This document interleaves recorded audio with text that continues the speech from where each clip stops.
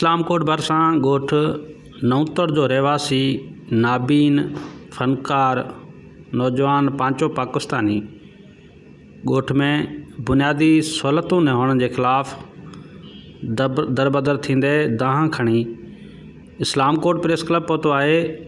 पांचे जे वाता ॿुधूं था त पांचो कहिड़ी शिकायत करे थो, हू छा थो चवे, अचो त पांचे जी ज़बानी ॿुधूं।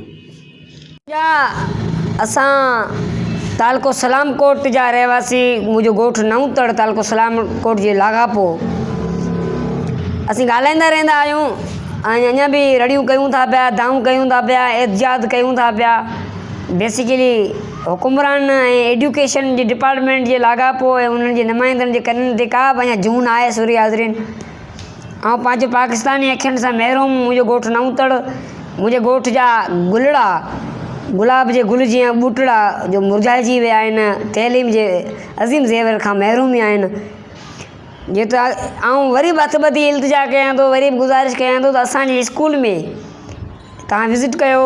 एजुकेशन जे लाॻापो नुमाइंदनि खे मुंहिंजी रिक्वेस्ट आहे, तव्हां असांजे स्कूल में गॾा जो आहिनि बेसिकली चढ़नि था पिया, त महिरबानी करे गॾण जो अवाड़ो न आहे, इहो स्कूल आहे, इहो तइलीम जो मंदरु आहे। जेकॾहिं तव्हां असांजी रहनुमाई न कंदो त पोइ बेसिकली असांखे चयो त असां स्कूल बंदि करायूं, या असांखे स्कूल बंदि कराए ॾियो या त खोलराए ॾियो, त असांजा ॿारड़ा कुंड कुड़च में अलाए किथे किथे वीचारा दरबदर थियनि था पिया। को मिठी में पढ़नि था, को केरटी में पढ़नि था, को किथे पढ़नि था, को किथे पढ़नि था। पर प्राइमरी स्कूल हरिजन कॉलोनी नवतड़ अज़ीम ज़ेवर खां महिरूम आहे।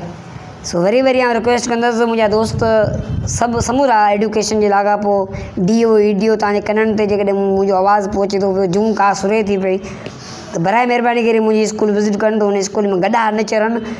ऐं उहे स्कूल जा हालात बि सही न आहिनि, दीवार किरी पई आहे। दीवार त तव्हां ॾियो न ॾियो, मास्तर असांखे हिकिड़ो फिराम कयो जीअं त असां तइलीम जे अज़ीम ज़ेवर खां महिरूम न रहूं। हीअ शिकायत करे पियो हुकुमराननि खां त ॻोठ में का बि सहूलियत मौजूदु न आहे, बाक़ी सहूलियतूं ॾियो न ॾियो उहा अवां जी मर्ज़ी, पर असांजे गुलनि जड़नि मासूम ॿारनि खां तइलीम न खसी वञे। हीउ मुतालबो करे पियो वज़ीर आला सिंध सैयद मुराद अली शाह ऐं तइलीम खाते जे वज़ीर सैयद सरदार अली शाह खां त नोटिस वरितो वञे, असांजे ॻोठ में बंदि पियल स्कूल खोलाए सवें मासूम ॿारनि खे तइलीम जहिड़े ज़ेवर सां नवाज़ियो वञे। गाज़ी बजीर, इस्लामकोट।